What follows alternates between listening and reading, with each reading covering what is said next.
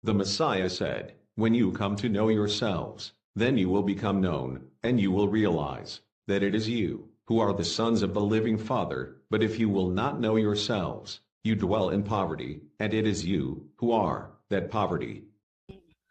Happy Sabbath po, mahal na hari at sa buong kingdom. Ang gusto lang naming malinawan dito tungkol sa fellowship offering. Kasi parang may narinig ata si AC na pwede daw mag-fellowship offering dito sa chapter namin. Pwede bang hindi yung priest ang o kailangan ba nga ang priest ang mag-conduct ng fellowship offering? At saka yung pangalawang question ko po, pwede ba kaming malinawan tungkol sa 12 na panggatong sa offering? Yan lang po. Thank you very much.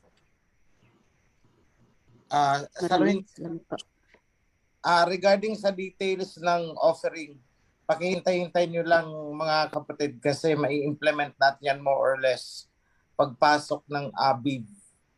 Kasi paghahandaan pa natin yan, nire-research pa namin, although nakita na namin yung more or less na-identify ni Priest Simri, more or less yung 4. Tama ba, Priest Simri? 4 ang na-identify mo or 5? Yun po yung available dito sa atin po, Kamalan. Oo, yun ang available. Oo.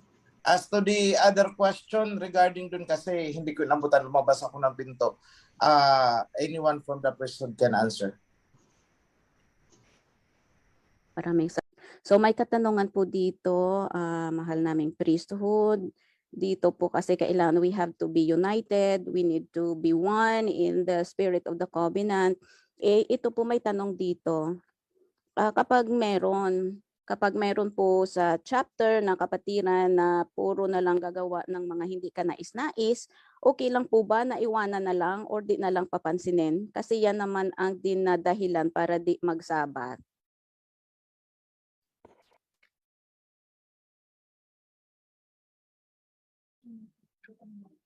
Pwede pa po ba pababayaan pag may nakita tayo sa chapter natin ng kapatid? Let me add. Nasa FB Live. Oh, yes po, mahal na hari. Ganito yan.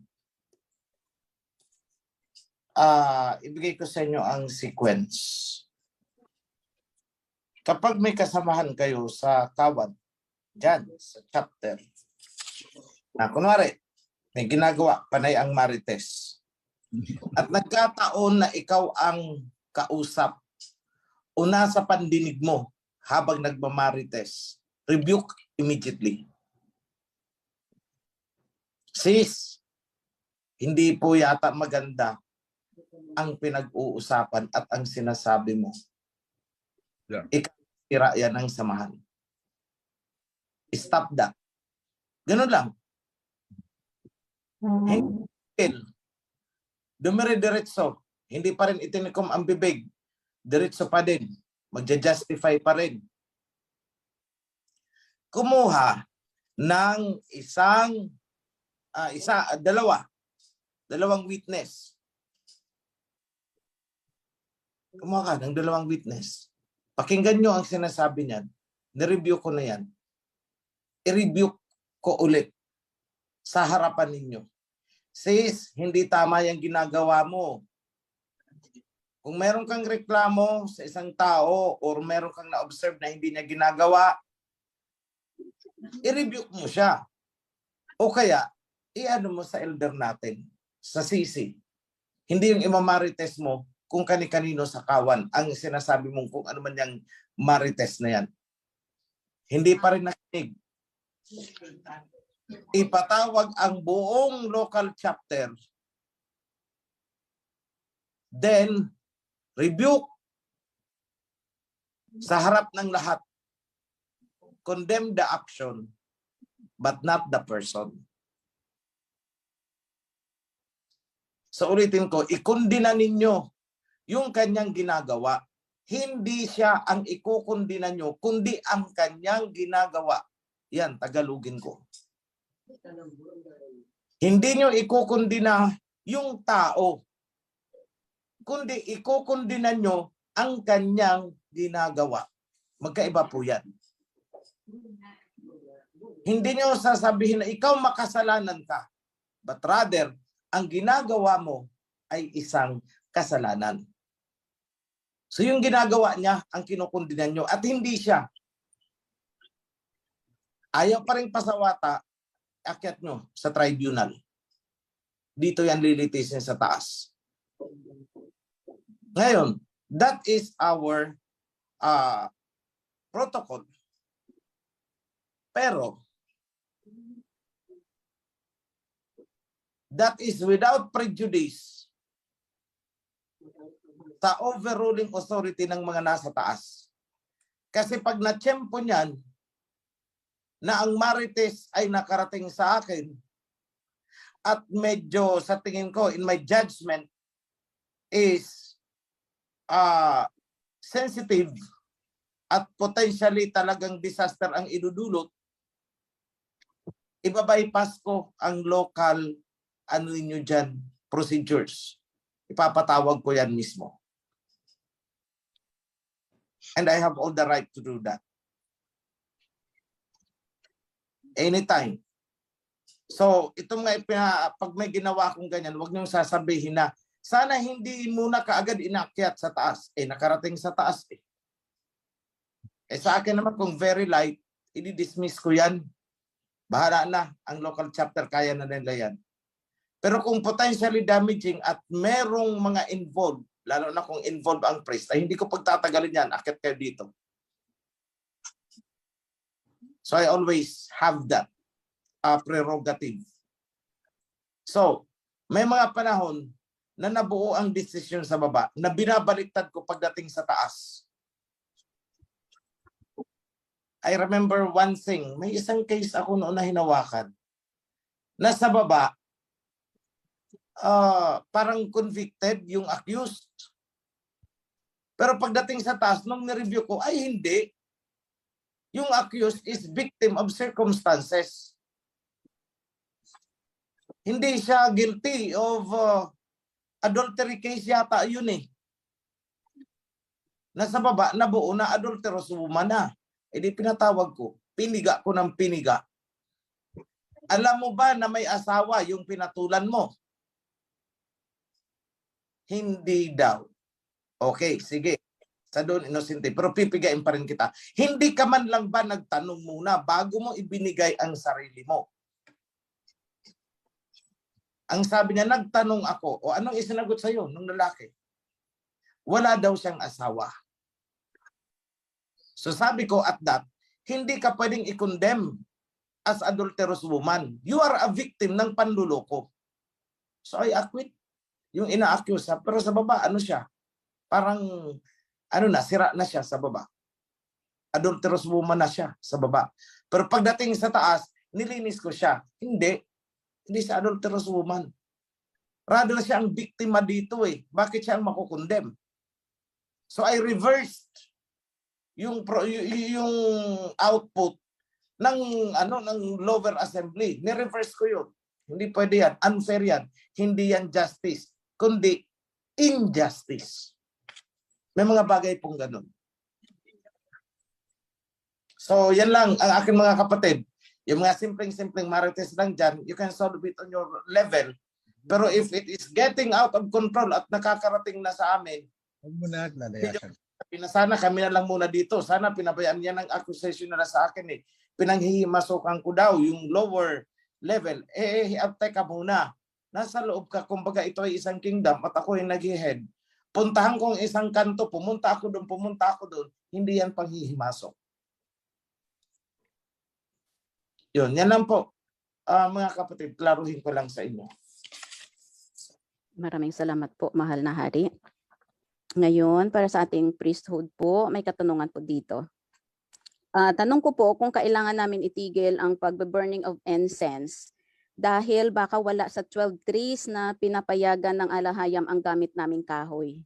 Salamat po sa tugon. Okay, ako nang sasagot.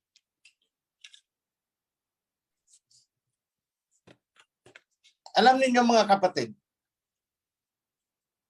may rules na ibinigay ang Aba. Pero hindi ibig sabihin nun na hindi na tayo makakapag-burnt offering o kaya incense offering kung wala yung kahoy na yon. But the rule stands. Maghanap kayo. Do your best. Yun ang rule niya eh. Do your best. Hindi ibig sabihin na pag wala na tayong nakuha, wala yung kahoy na hinihingi niya, stop na tayo. Mabuti. Sasabihin, ay nako, salamat naman, wala yung kahoy na hinihingi. Libre tayo, excuse tayo. Ganyan ang magiging attitude. No. Kung ang una yung gagamitin, hahanapin ay ang kahoy na yun. Pero sa kabila nung ginawa na ninyo ang lahat-lahat, wala kayong nakuha. Go with the offering.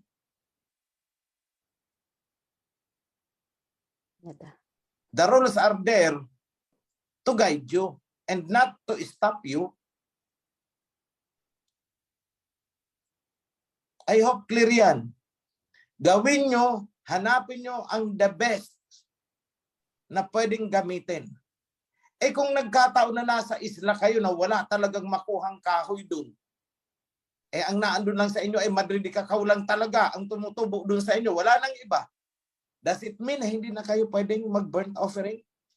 Dahil wala yung kahoy? Hindi. Mag-offering kayo. Go. Pero, sa susunod, maghanap-hanap na kayo. Baka sa kabilang isla meron. Try kaya natin. So, pumunta kayo ng kabilang isla. Ay may nakuha kayo. Eh di yun ang gamitin ninyo. Ang ibig sabihin, ginawa ninyo ang the best na magagawa ninyo. Alam ng Aba, yun yung hinahanap kasi ng Aba dyan is yung pagsusumikap eh. Gamitin nyo. O naando na, nakakuha kayo. Ay, salamat. O ito na. Ay naubos na, napaltos na. Wala na. Yung kinukunan nyo, naubusan na, na-consume na ninyo lahat. Does it mean na hindi na, ay wala na. Wala nang offering kasi wala na talagang kahoy na ganun. Hindi. Kung anong meron kayo at hand, gamitin nyo. Habang kayo ay naghahanap naman kung nasaan ang makukuhaan. That is the rule. Kasi tingnan ninyo ha. Nung hindi pa natin alam na 12 woods lang ang pwedeng gamitin, naghandog tayo. Tinanggap ba ng Aba? Tinanggap. Tinanggap. Eh ngayon, naghahanap tayo ng mga kahoy na yan. Wala tayong makuhaan despite na alam na natin ang rule. Oras na para magbigay ng handog. Hindi ba tayo maghahandog? Sasabihin natin sa bahay, wala naman kasi yung kahoy na hinahanap mo eh. Dami mong hinahanap eh. Pwede ba yun? Hindi. Kung anong meron, gamitin mo. Pero sa susunod, hanapin nyo ito. Sige, tatanggapin ko ito. Pero hanapin nyo ha, kasi yun ang gusto ko. Parang ulam lang yan eh. Nakulang sa Ricardo. O sige, nagpaksiw. Walang luya. O sige, kakainin ko ito kahit walang luya. Pero susunod, hanap kayo ng luya. Lagyan nyo ito. O yun ang rule niya. I hope I make myself clear on that, mga kapatid. Don't make it an excuse na wala kasi ang ganung kahoy. But rather, do your best na maghanap ng ganung kahoy. Kung wala talagang makuhaan, it doesn't mean na hindi na kayo mag-offer kasi wala yung ganung kahoy. Klarado po, mga kapatid. Yada. Maraming salamat po, mahal na hari. Ngayon may katanungan po, follow-up na tanong, kailan po pwede malaman kung anong mga kahoy po? Itong 12 trees po Mag-a-announce na lang yan, sis. Ipapa-announce at magpapatawag natin yung mga Levites. Noted po, mahal na hari. Tatawag tayo ng meeting ng mga Levites at saka ng mga local leaders. Thank you, sis. Okay, maraming salamat po. So, now talking about, may question po dito. Ang mensahe po ni Priest Zimri, sabi dito is tungkol po ito sa prayer ng ating Messiah. So may isa po kong kapatid dito nagtanong, aside ba dito sa prayer ng Misaya at saka sa Alahayam's prayer, may iba pa po ba daw na prayer na dapat din siguro pagtuunan ng pansin ng mga kapatiran para malaman po kung ano pa po yun? Yun po ang katanungan. May iba pa po ba? Maraming pong prayer dyan. Tingnan nyo, may prayer si David. May prayer si King Solomon. Sa Psalms, almost all are prayer in the form of songs. Marami pong prayers yan. Pero, hindi nyo kailangang alamin lahat-lahat yan para makapag-pray. Tingnan nyo lang doon yung prayer ng Messiah. I-pattern nyo doon. At kung papansinin ninyo, ang prayer po ng Messiah ay napaka-simple, direct to the point. Wala pong maraming symbolic na pinopronounce ang Messiah sa pag-pray niya.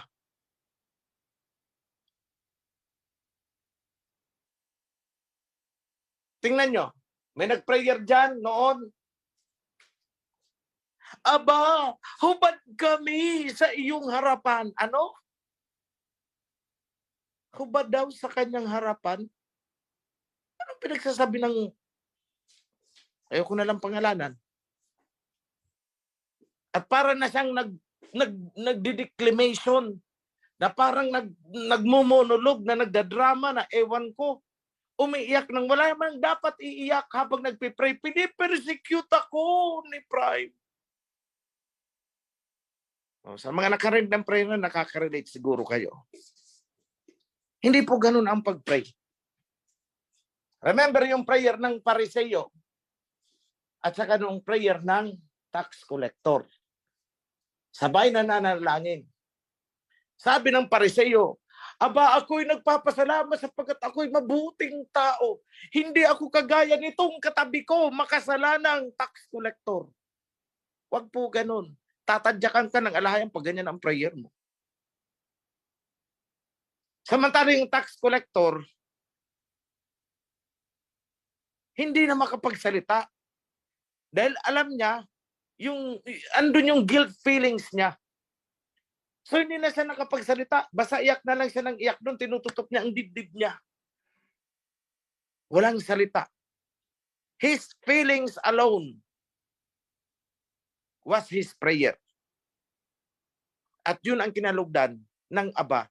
At hindi yung flowery, mapabulaklak na mga panalita na parang tila ba binubola pa ang alahaya. Ang pagmamahal mo ay tila isang samyo ng magbangong bulaklak. Kailangan mo bang sabihin yan sa alahayam during your prayer? May ganyan bang pamamaraan ng pananalangin ang Messiah na itinuro sa atin? Hypocrisy po yun. Nasa YouTube naman, pakinggan nyo. Pakinggan nyo. Sige, bigay nyo ang link. Kaya nga gusto kong itong tanong ko sa sarili ko. Kung ang taong ito ay nananalangin, na alam niyang walang nanunood sa kanya, ganito din kaya ang kanyang pananalangin style? Dahil kung ang sagot ay hindi, ay kaipokrituhan ito. Nagdadrama sa harap dahil alam niyang may nanunood. May nakikinig sa kanyang prayer. Wag po ganon. Dahil ang ating alahayam is galit na galit sa hypocrisy, na aalibadbaran siya sa ganyang style. Babylonian na Babylonian. Wag po ganon. Oh, yung mga diyan sa inyo ha, mga ex-pastor tuloy. Ex-pastor sa Babylonian. You know how you pray there. Alam niyo yan. At alam ko yan. Dahil ako'y galing sa SDA. Ay talaga naman. Pag nag-prayer ang mga pastor, ay nako, makabagbag damdamin talaga. puso mo hanggang bituka mo yumayanig. Sasabayan pa ng saliw ng musika na talaga naman para ka ng nakikipaglibing ang mararamdaman mo. Those are hypocrisy.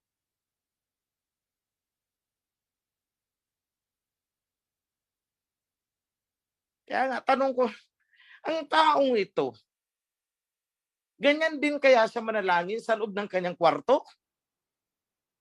Ako po ay hubad sa inyong harapan. Ibaba mo ang apoy upang maramdaman namin ang iyong pagmamahal. Ano? Ibaba ng alahayam ang kanyang apoy para maramdaman daw natin ang pagmamahal. Nakita niyong pabulaklak na na pananalita? Itigil-tigil niyo po yan.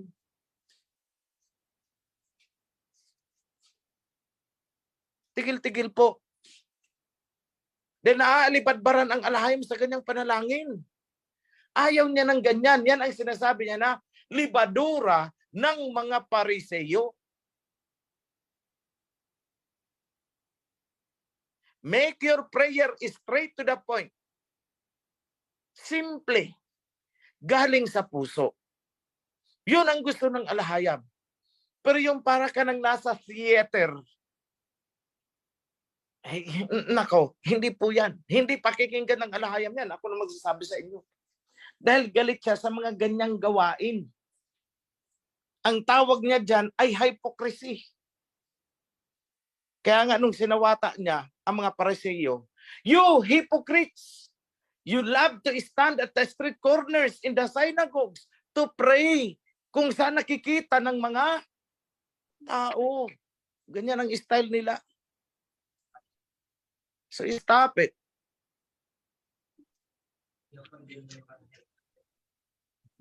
Kaya nga ako sabi ko sa inyo, alam niyo,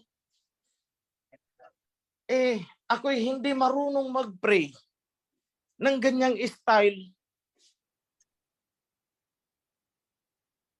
Narinig niyo na ako mag-pray? Hindi ako marunong mag-pray in public. Hindi talaga ako marunong mag-pray. Yan ang limitation ko. Alam ng priesthood dyan. Hindi ako marunong mag-pray. Yung parang recital ng isang orador. Yung mga theatrical style. Hindi po ako marunong. Hindi naman ako artista eh. Sometimes nga, nang hahagilap ako ng salita para lang maisabi ko yung gusto kong sabihin. But sometimes, wala akong mahagilap na salita. Tumutulo na lang ang luha ko.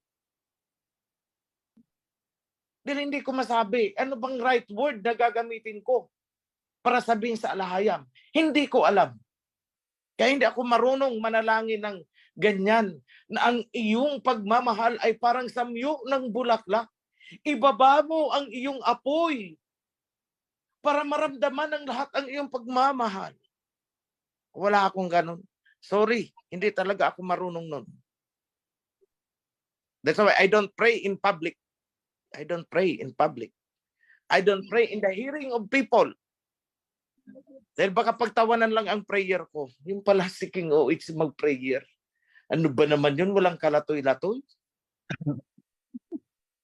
Tanging ang abalag ang nakakaalam ng sincerity ng prayer ko.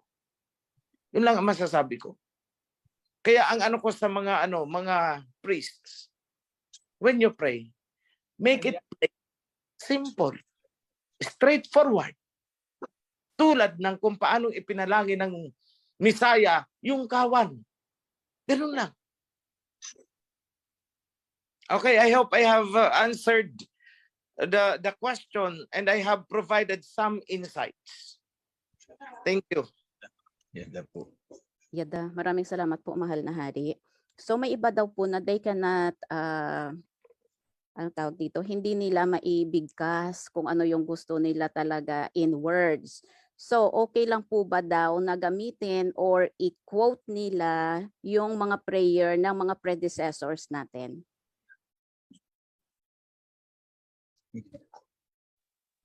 Alam ninyo, ganito yan mga kapatid. Ang pagpananalangin ay parang pakikipag-usap. Kung marunong kayo makipag-usap sa kapwa-tao nyo, gawin nyo lang na magalang yan at banal, yun ang pakikipag-usap natin sa alahayam. So wag niyo sabihin sa akin na hindi kayo marunong mag-ano ng salita. But of course, there are situations na masyadong komplikado na hindi mo na alam kung paano i-narrate sa alahayam. Especially when you are confronted with the heavy burden, ang bigat ng problema mo, hindi mo na alam kung saan ka magsisimula, saan ka matatapos, anong gagawin nyo. Alam nyo, ako ang prayer ko pagka ganyan, ang sitwasyon, 15 seconds. Mahaba na yun. 15 seconds. Mahaba na yun. So there is no one-track rule kung paano i-construct ang prayer. Kung ano ang nasa loobin mo, ano ang nasa damdamin mo, ano yung concern mo talaga, exactly, yun ang sabihin mo. So on the part of the leaders, ano ang concern niya tungkol sa kawan na pinamumunuan niya, yun ang ipiprayer niya. Sa mga priest, ano yung concern mo sa mga nasasakupan mo, yun ang i-prayer mo. At hindi mo kailangang mag-construct na para bang kailangan ayusin ko itong ano na to, ito dapat maganda sa pandinig ito ng mga tao. Hindi ka naman nagpe-prayer sa tao, nagpe-prayer ka sa alahayam. Of course, hindi mo naman gagawing medyo parang ano ba to, katawa-tawa na sa nakakarinig. Of course, you won't do that because your prayer is in behalf of the kawan. Parang prayer na rin ng kawan yun. Pero hindi kailangan maging bulaklakin. Huwag kayong magtatawag ng apoy mula sa langit upang maramdaman namin ang iyong pagmamahal. Huwag niyo pong gagawin yon. Baka ang apoy na yan ay tumupok sa inyo. Oh. Pero pababa apoy. Eh hindi naman ganyan magparamdam ng pagmamahal ang Aba. Yan lang po. Keep it straight and simple. Yun lang ang rule of the andon. Hindi kailangan ng mga highfalutin na mga salita. Hindi kailangan ng mga bulaklak. Dahil yan ay libadura. Yan lang po mga kapatid. Maraming salamat po, aming kamahalan. Ngayon naman, may nagtanong po ulit tungkol sa pagpausok ng insenso. Tulad daw ng Feast of New Moon na mag-isa kung saan na taon ang New Moon. Pwede po ba daw gamitin yung mga dry leaves na para pampausok po? Itong katanungan. Pwede po ba gamitin yung dry leaves para magpausok ng insenso tulad ng Feast of New Moon? Siguro ko, actually, the Torah is silent about that. Hindi sinabing gamitin, hindi rin sinabing bawal. So, sa akin is, pwede naman siguro kung belonging to yung trees na pinapakat sa atin na sinasabi ng Aba na ito ang gusto ko. At hindi rin sinabi ng Aba na kung wala ito, wag na lang kayong mag-insenso. Siguro ko okay din naman. I don't see anything wrong with that. Huwag lang siguro kayong gagamit ng mga leaves na ginagamit ng mga tawag dito, witchcraft. May mga leaves silang ginagamit dyan eh. Siguro ko iwasan na lang yun kung alam nyo ginagamit yun sa ganun. Eh kung nagkataon na hindi nyo naman alam na ginagamit pala sa ganun, eh siguro ko iwasan na lang natin. Oo. Ganun na lang. For the meantime, ang advice ko dyan. I said for the meantime because we will research on that. Alam naman ng Aba na tayo sikap na alamin kung ano ang totoo at tama. Oregano, wala namang problema. Herbs, okay lang. Maraming salamat po, mahal na hari. Ngayon po, Priest Zimri. Ngayon po mga kapatid, may katanungan po dito. So if we can have, if the corrected Torah po is available, siguro mas maganda siguro po. May tanong ang kapatid natin from dito, sabi niya Revelation chapter 19 po verses 6 to 9. So tinatanong po niya kung related po ba ito sa parating na coronation ng ating kamahalan. Revelation 19 po, verses 6 to 9. Kung may corrected na po tayo na Torah and Covenant na available po para sa kalinawan. Revelation ano yun, sis? 19 Revelation. po. Revelation 19. From the revised. Opo. Verses 6 to 9 po.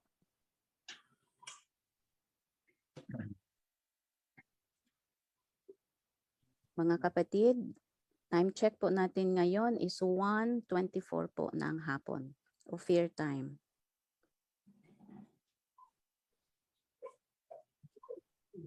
Revelation 19 verses 6 to 9. Mahalari, i-share screen ko po ba? Sige. Sige po.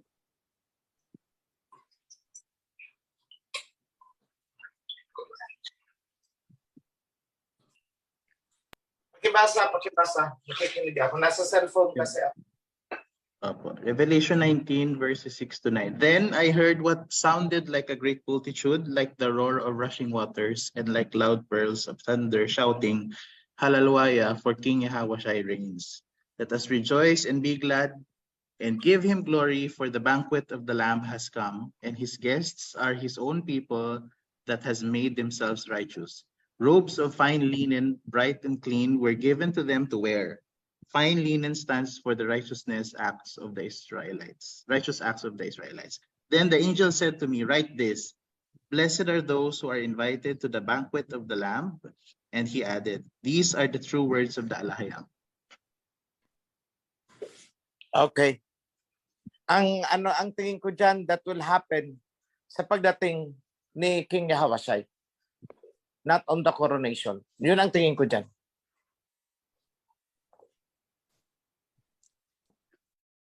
May mga kumakalat sa video po na na-share nila, nakikita po pala sa YouTube, may mga hayop po na for several days daw na lumalakad sila ng paikot na walang pahinga. May ano po ba daw ang pinapahiwatig nito? Kailangan ba tayo ma-concern? Kailangan ba nating ibigyan ng pansin ito o hindi naman dapat?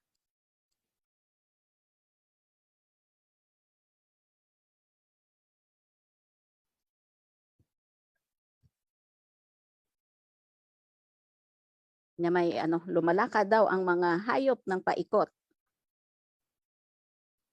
with no reason. Wala namang may nag-prompt sa kanila na lalakad ng ganun. Nagtitinginan ang mga priest kung sino ang sasagot. Tahimik lahat. Tinginan. Hintayan. Ay, nako. Ako na nga lang ang sasagot. Anong hayop ba yun na lumalakad ng paikot? Para po silang nagre-rego doon, kamahalan. Mga hayop nga, katulad ng kalabaw, ganun ba? Opo, minsan pati po, ang dami po nilang nabibidyo. Okay. O ganito lang yan. Normal lang yan na maglakad siya ng paikot. Ang problema na dapat maalarma tayo kung siya ay lumalangoy ng paikot, kalabaw.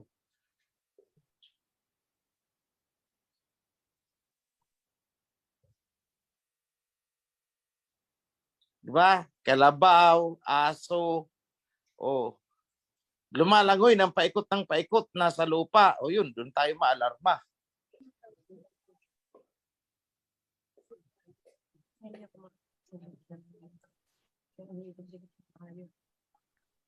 Kung ang isda ay naglalakad ng paikot, ayun, nakakaalarma talaga yun. Kaya lang po normal po yung kamahalan yung sa isda kasi yung kawan talagang ganyan yan sila lumangoy. Eh, kung lumalangoy nga, bro, normal yon. Pero kung naglalakad ang isda ng paikot, hindi normal yon. Doon tayo maalarma. Nakuha nyo ang sagot ko? Opo. Oh, Noted po. kung ang aso, pusa, kabayo, kalabaw, baka, makita Lumalangoy. nyo na lumalangoy paikot-ikot, ay nakakaalarma yun. Lalo na kung ang isda ay naglalakad na paikot-ikot, ay nakakaalarma yun. Eh, kung hayop, naglalakad, normal yan. Pero kung isda na naglalakad paikot-ikot, ay nakakatakot yan.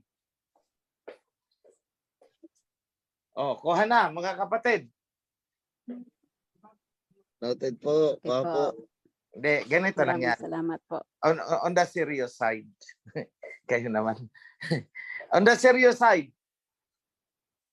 Kunwari ang mga isda, meron tayong isda na nasa ilalim ng dagat na napakalalim. Hindi yan lumalangoy sa ibabaw.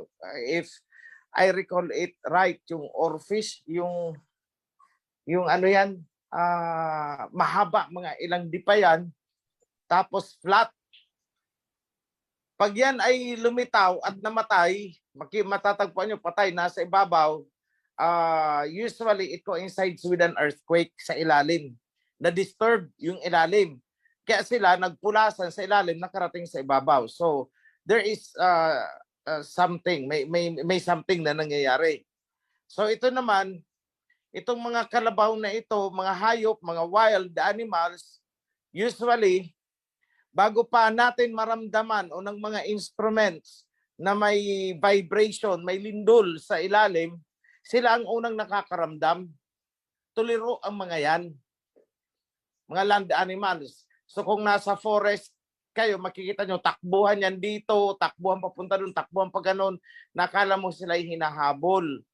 Pero actually, may nararamdaman silang vibration sa inaapakan nila na hindi maramdaman ng tao. And that happens ahead bago dumating ang isang malakas na lindol. O yun po yun. Totoo po yun. So, sa akin is, since hindi ko naman nakita, I have not seen the video, so I could not comment. Ang binigay ko lang is general principle. I hope I answered the question. Maraming salamat po, aming kamahalan. May isang tanong dito. Ang sabi niya, tanong lang po, ano po yung naging, may additional will po ba, may will po ba yung Aba nung before at saka sa kapanahunan natin ngayon? May pagkakaiba ba po? O kung hindi magkaiba is may additional po ba na wala yun dati pero ngayon meron sa panahon na po natin?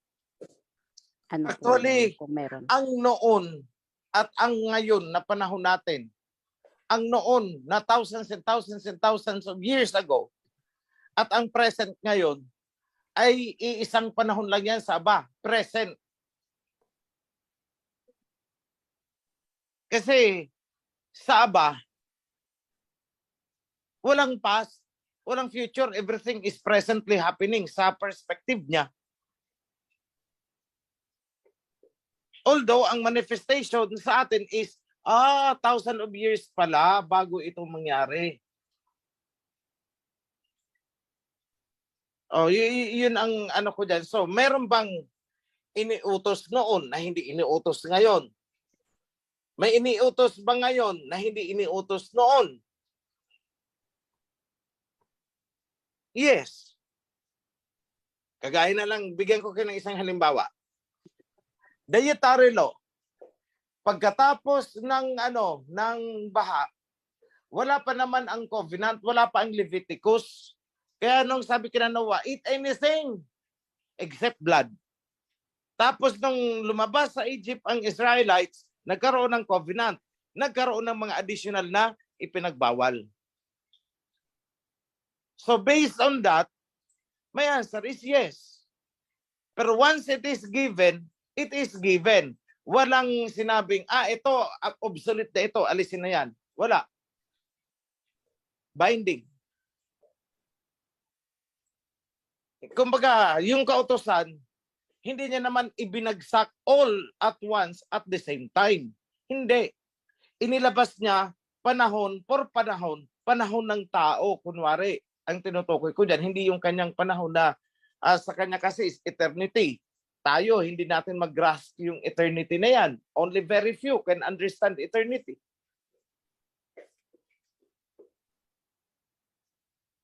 So yan ang sagot ko dyan. Kaya nga nagpapadala siya ng mga messengers, di ba? Kasi yung ibang instruction niya na hindi na naisulat dyan for the generations na present, end of days generation, paano niya ipaparating? May messenger.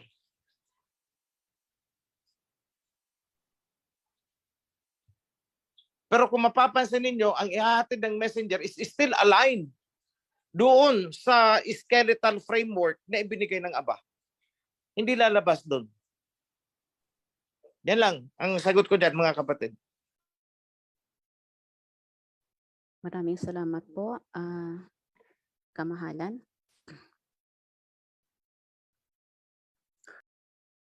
We only have 20 minutes left. May katanungan po dito. Ang question niya is,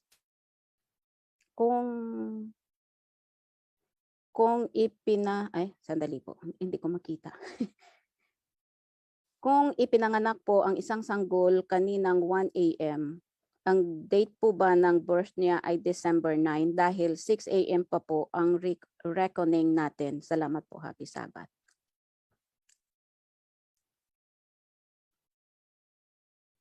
Ang tanong niya is anong date ang ifa-follow po, yung the Gregorian date or yung reckoning natin na the day starts at 6 a.m. po? On the record niyan, on the record, I'm talking about the legal document records. Ang document niyan is today, kung 6 a.m. kasi 12 midnight sila nagka-cut off. So 12:01, kunwari, pitsa 9 kahapon, pitsa 10 ngayon. Nagpitsa 10, 12:01. So kung 12:01 ipinanganak ang sanggol, that would be already December 10 on the legal records. Pero kung isi-celebrate mo yan, you can celebrate it December 9.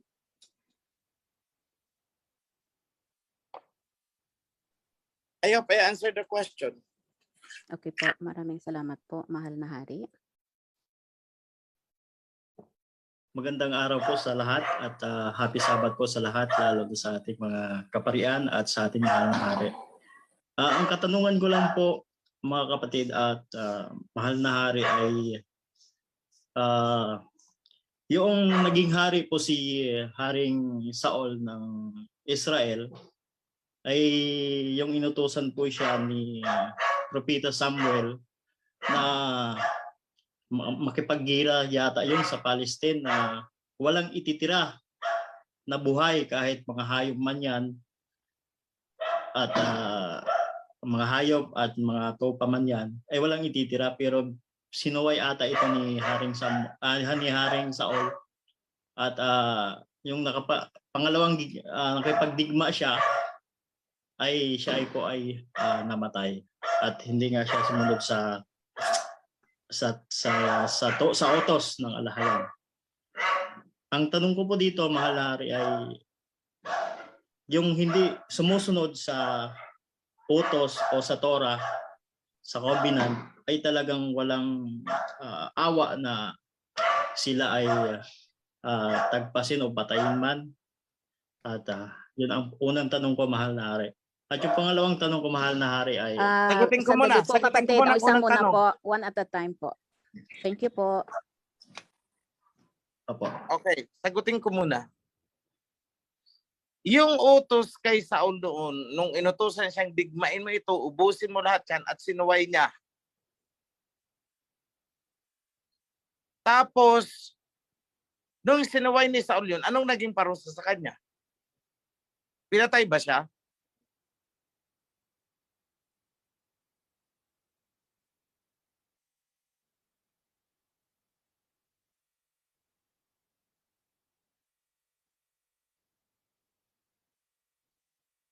Brother, pinatay ba si Saul doon nung sumuway siya? Hindi po, mahal na hari, hindi pa. Oh, so the same. That is the answer. Pero yung nakipagdigma siya uli, tapos sinutusan siya, namatay po ang kanyang pamilya at siya at yung kanyang anak. Yara. Actually, hindi pa yun. Maraming digmaan na pinagdaanan si Saul eh. Marami Opo. siyang pinagdaan ng digmaan. Yung pinakahuli yun, yung sinasabi mo. Kasi, repeatedly, sinusuway niya ang mga instructions. So, pinabayaan na siya. Alahaya. Sabi mo, so, disobedience can lead to destruction. Yun lang ang rule nun. But we could not make it a rule na kapag sumuway sa covenant is patayin natin. No, we cannot. Kasi ang verdict na yan, although, ito ang sabihin ko sa inyo ha, ito ay deeper analysis ito. Lahat talaga ng sumuway, mamamatay. Hindi tayo ang mag-execute nun. But at the end of days, pagbalik ni King Yahweh, anong gagawin niya? Hindi papatayin niya lahat ng sumuway? At ayaw magpasakop kasi lilinisin niya ang mundo eh. So, still the principle holds true. Na ang sumuway ay kamatayan pa rin. Although, sa panahon natin, hindi tayo ang mag-execute nun. Pero saan sila lalagpak? Dahil sa pagsuway nila, di ba final judgment? Hell. So, the same. The same. Kumbaga, ini-schedule lang. O, wag niyong gagalawin. May schedule para dyan. Pagbalik ko na, wag kayong gagawa. Ako. O, ganun yun. Kaya akala ng iba ha, yung mga sumuway sa covenant ay hindi mamamatay. O, tingnan mo, sumuway kami sa covenant na dinadala ni King OHC. Buhay pa naman kami. Kasi nga, love na. Hindi po, mamamatay yan. Dahil pagdating ni King Yahweh, doon ang pagtutuos. Naka-schedule, not immediately ngayon. Yeah, pero sa panahon ni Moses, immediately. O edi, disobey equals death. O ngayon, sige, mag-disobey ka. Ano ang kaduluduluhan dyan? Death pa rin. Hindi man agad-agad ngayon ang death ipatupad sa'yo, pero si King Yahweh, si pagbabalik niya is death pa rin. So walang nagbago. Scheduling lang. Diba? Scheduling lang. Pinospone niya lang. Oh, wag na kayo ang gagawa niyan. Hintayin niyo na lang ako. O death pa rin.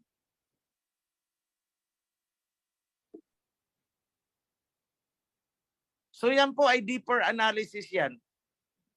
Para yan doon sa mga nagsasabi na hindi kasi nang lumuwag sa covenant, sumuway, pinapatay, namamatay. So disobedience equals death. Eh bakit ngayon? Sumuway kami sa covenant, buhay pa naman kami kasi nga love na. Ay hindi, diyan sila nagkakamali. Death pa rin. Hindi ngayon. Pagdating ni King Yahweh, death pa rin kayo.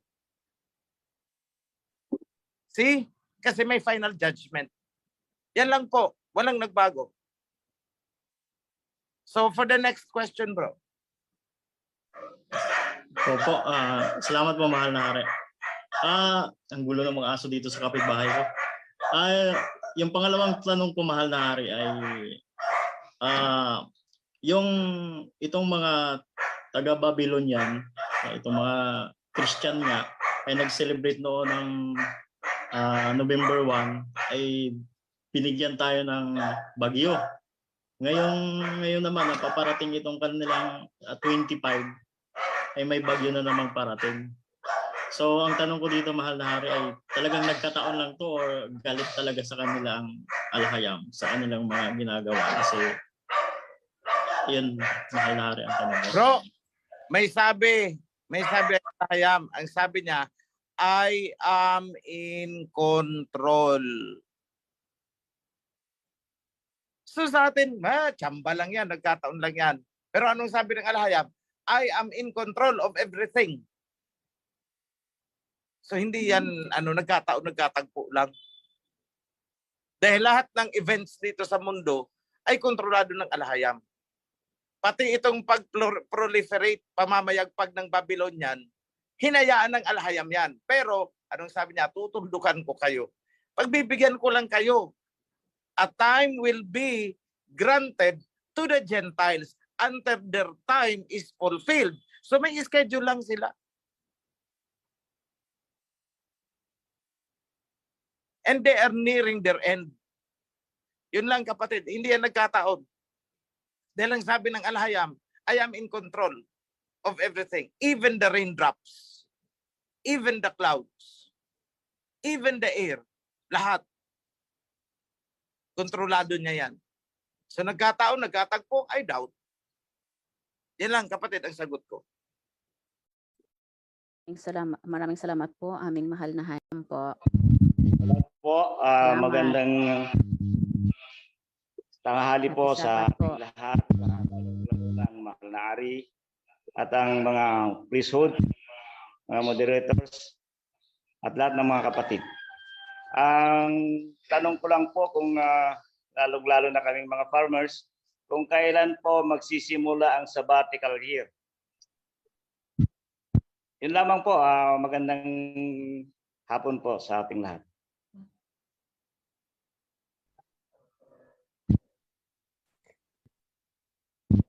Anyone from our priesthood po? Sorry, nakamute pala ako. Oo. Ganito. Ganito. Actually, pinag-aaralan namin yung sabbatical year na yan kasi there is a rule. Yung every seventh year. Every seventh year. So, ang ginawa ko dyan is dinidivide ko into 49 ba yun? Hindi ko hawak ang formula ngayon eh. 49, pag exact ang number, it's a sabbatical year. So try nyo na lang ang 2023 divided by 7. Kung mag-eksakto na walang butal. If that is the case, then sabbatical next year, month of Abib, start.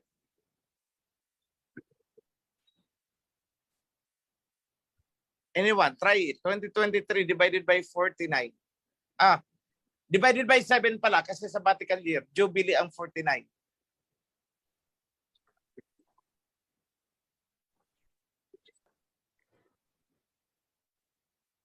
$289 is the result. So it's sabbatical year sa starting Abib. Eksakto yan ha, walang point.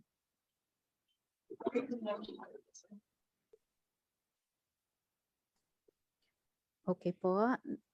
Kapatid, may follow-up question po kayo. Abib daw po ang umpisa ng sabbatical year. Oo, good question. Very good question.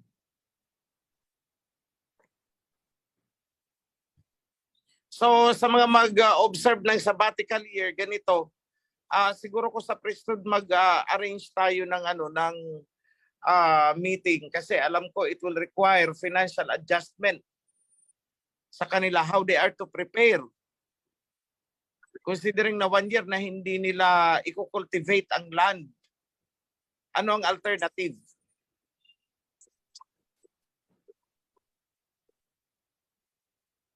So get in touch po kayo, yung mga i-celebrate ng sabbatical year.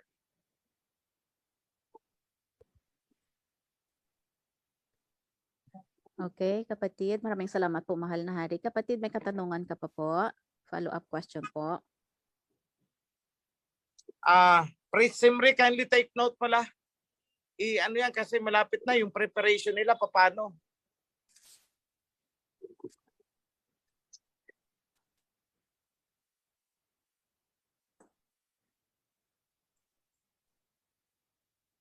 Prisimri. Kapatid, may katanungan ka pa po? Or okay na po yun? Nakamute po kayo. Brother, nakamute po kayo. Brother, hindi ka po marinig. Okay Hello po. po.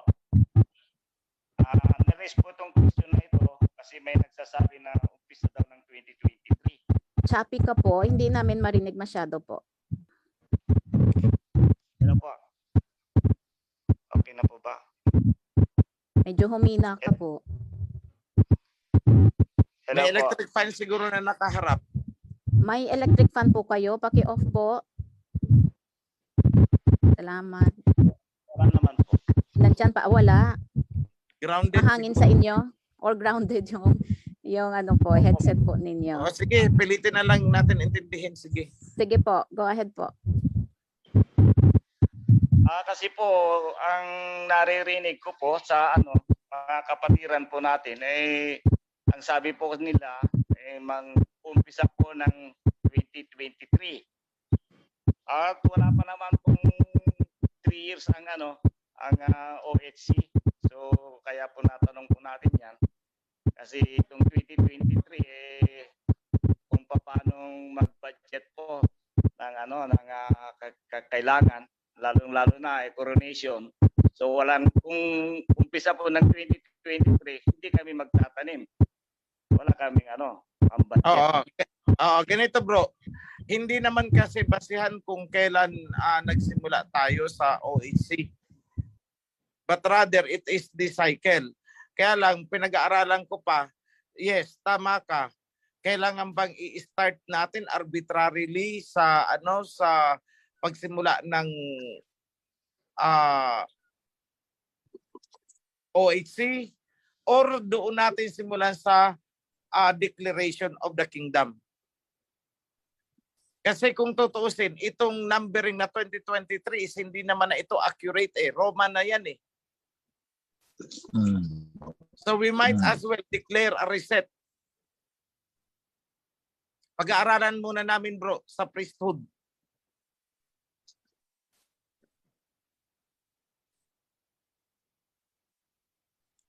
Nakamute ka, Brother Elmer. Pa-unmute po, Nakamute ka Brother po. Elmer. Hindi ka po namin marinig. Kapatid. Maraming Okay po. Oo.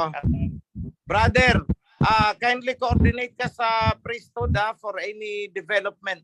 Kasi hindi pa namin na-desisyonan ang bagay niyan at walang revelation sa akin. Ayoko magbigay ng sarili kong kuro-kuro at haka-haka. Oo, I have to pray for that kung ano ang dapat gawin. Salamat kapatid.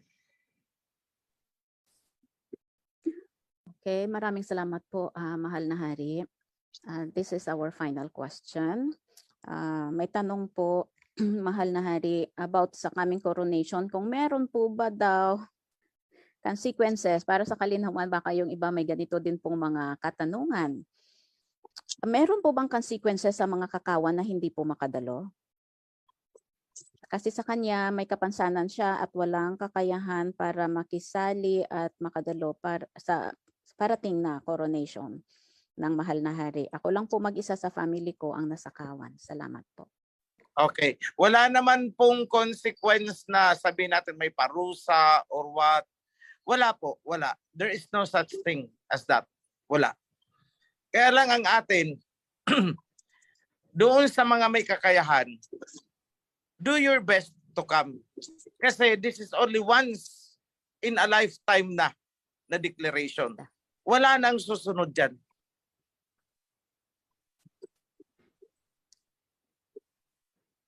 Wala na.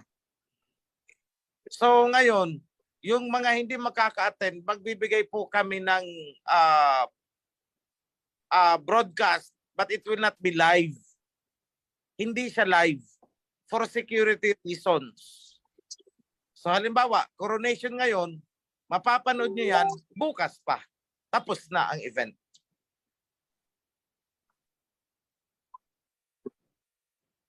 Okay po.